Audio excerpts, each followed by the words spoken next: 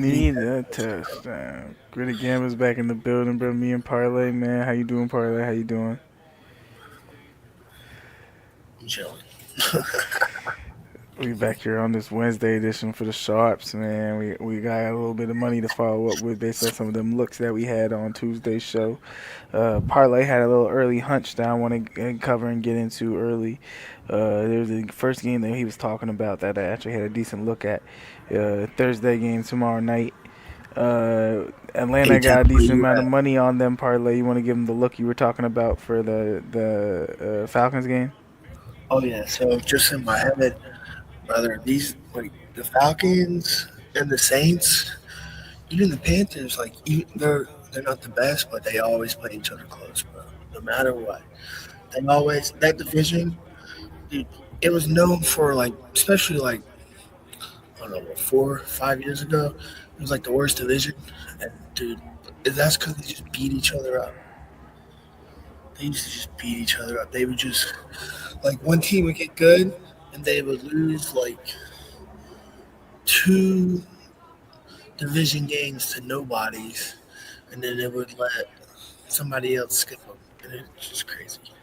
You got to look at it this way too. The Bucks have lost four of their last five.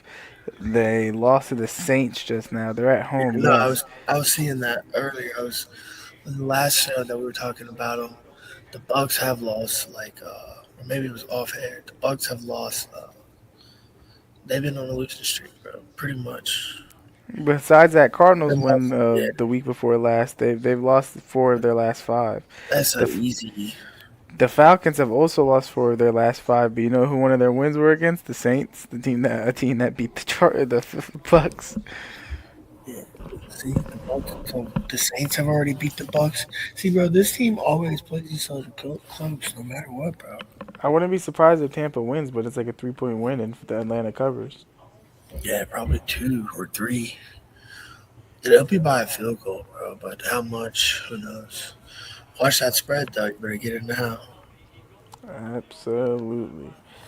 Speaking of it, one thing I did want to take note of is so we are looking at some of these other games that we were taking a look at, and there's another game that Parlay and I both kind of agreed on Tuesday that's looking a little good now. Is that Cincinnati Bengals Ravens game? A good amount of money on Cincinnati, 61.74 on my money. They were looking pretty good on parlays too, about 55.74, something like that on parlays on some of the apps. We were looking at the different handles and different splits, and their spread is getting good coverage right now, and it's about 2.5 points, 1.5. They're getting underdog spread at home. Burrow's playing lights out football. I know he had a couple bad spots in the fourth quarter, but one of them picks were tipped off, so I can't fully put both those picks on Burrow, and they were leading Buffalo for most of that game in the snow on the road. Hell yeah. Because the snow is weird. I wouldn't want to play on the snow, bro. Yeah. Agreed. And to be honest with you, looking at that game specifically too, like I can see why Baltimore's favored. They're one of Vegas's darlings, so they always got them propped up in terms of spreads and points. But this is not one of those games. I don't think personally. Hell, I don't either. I agree with you, bro. I'm with you.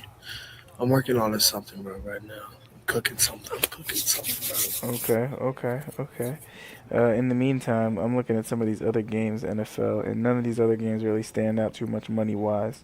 The only thing I'll say is the whole public and their mom is betting on Jacksonville versus the Jets, so I wouldn't be surprised if the Jets fuck around and lose by like 10 if they can find a quarterback, if Tyrod's willing to play or able to play, or if Fields is back.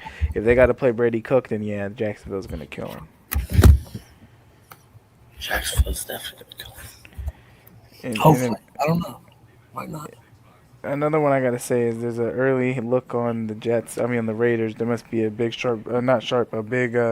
I'm sorry, I gotta use two coinciding emotes back to back because it looks like there's a big you know what on the Raiders versus the What? Eagles next week. On back to 300 metres port bow, Captain. I can just see the whale coming out of the mist.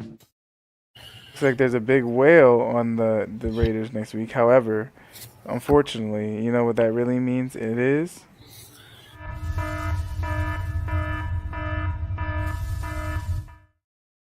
That's a rat. Hell yeah. There's no way that it's 18:52 on that spread right now that early. The Eagles haven't even finished playing on Monday night at this point. Looking at this, so I digress. I digress. I would not be surprised if that's an early rat and that better is going to get fooled. But that line is to 12.5. There's going to be some bettors trying to attack that big spread.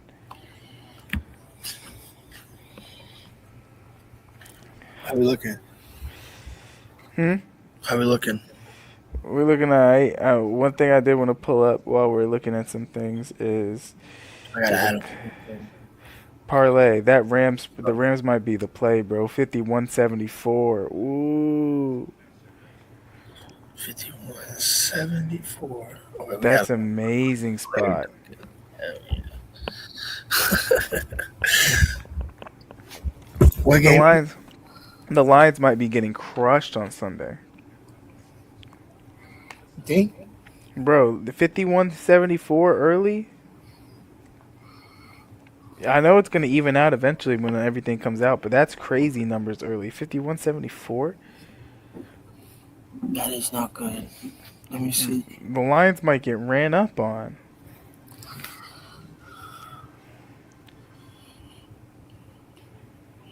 Dude, they've already lost the money on the spread since we recorded. Yeah.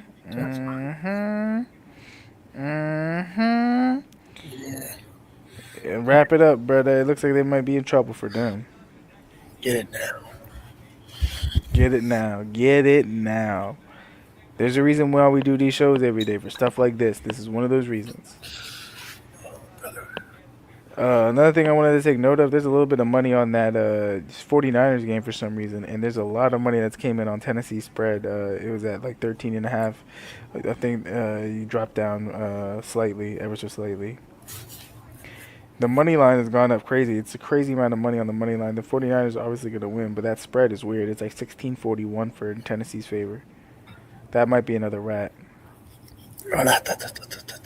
Oh my God, parlay! I just saw the spread for the Seattle game versus you guys. The spread is 85-96 on the spread, brother. Everyone and their mom put money on Seattle spread versus you guys early. Everyone. Bro, 600 bets, 60K. On action, bro. It's not good. We're gonna get Everybody been on Seattle. Oh my gosh, that's horrific. Bro, the line, they're 13 and 12.5 point favorites. The over-under is like 42. That's terrible. That's so bad. It's awful. That's so bad. That means they're thinking you're not going to score a thing. Gee, nah, but of all the spots we looked at so far today, that spot that intrigues me the most is that Lions spot. I mean, that Lions-Ram spot. I love that Ram spot. I'm not going to lie to you. That's a very good spot. The Rams, yeah, bro. But they're gonna cook. They're gonna cook, bro. They're gonna win. I was wrong earlier, man. Bro, if they catch the Lions like that, I mean, I know the Lions are banged up and I know they're going through some stuff, but that's still like crazy money split. Like the Rams are a wagon. Don't get me wrong, best team in the NFC, but How about the Vikings beat Dallas? That's the one game I haven't looked at yet. Let me take a look. And 18-36. That's a good money for the Minnesota early. 18-36. Oh wait, never mind. 18-56. It's only they're about 6.5, 5.5 point underdogs in a dome game versus another dome team. I wouldn't be surprised if the Vikings had a little something for the Cowboys. I'm not saying they're gonna win, but I wouldn't be surprised if they have a little something for them. Make it a tight game.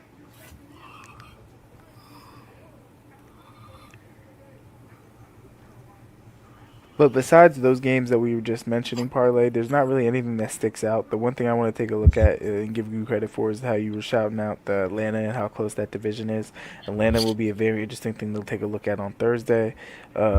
We kind of skipped over the Jets and Jacksonville for a reason. It's a terrible game, and there's a ton of money on Jacksonville. The Chargers and the Chiefs, I personally ignored just because it's a lot of split public money, and it looks horrible from a betting perspective, those splits. So I didn't even want to discuss it. We talked about Cincy. We talked about the Rams. We said Philly was a rat. I think we see there's a good stuff on this board that we took a look at because I kind of like what I'm seeing. The main thing I'm saying is the Rams is probably the best play of the group, and then Cincinnati's up there too. What do you think? Cincinnati. Yeah, wait, let me pull it up real quick. The ones I clicked. So I like Cincinnati. I like Buffalo. I like the Rams. Get rid of that. And I like Green Bay, and I like Minnesota and Atlanta. Bet. Okay. So yeah, these are the sharp plays that we was looking at. Some that we were leaning at. That Rams one was the craziest sharp. It looks like of all of them, bro. That one might be good. We'll see how it follow up on Sunday, of course. But I don't really got too much left for them parlay. Do you? Nah, man, I ain't got nothing today. Shout out to Brother Parlay. We will be back again on Thursday with another live show right going during this Falcons Bucks game. A little bit of coverage for y'all on Thursday, man. With that being said, that's the Brother Parlay. That's Matt. We're the Creative Campus, man. We'll catch y'all again tomorrow, man. Hit that Parlay fever. Parlay fever, I'm all in. Stack 'em up, let's watch 'em spin. One more win, I feel alive. 5-leg ticket, roll the dice. Oh, don't let me down now. Oh, I need that touchdown.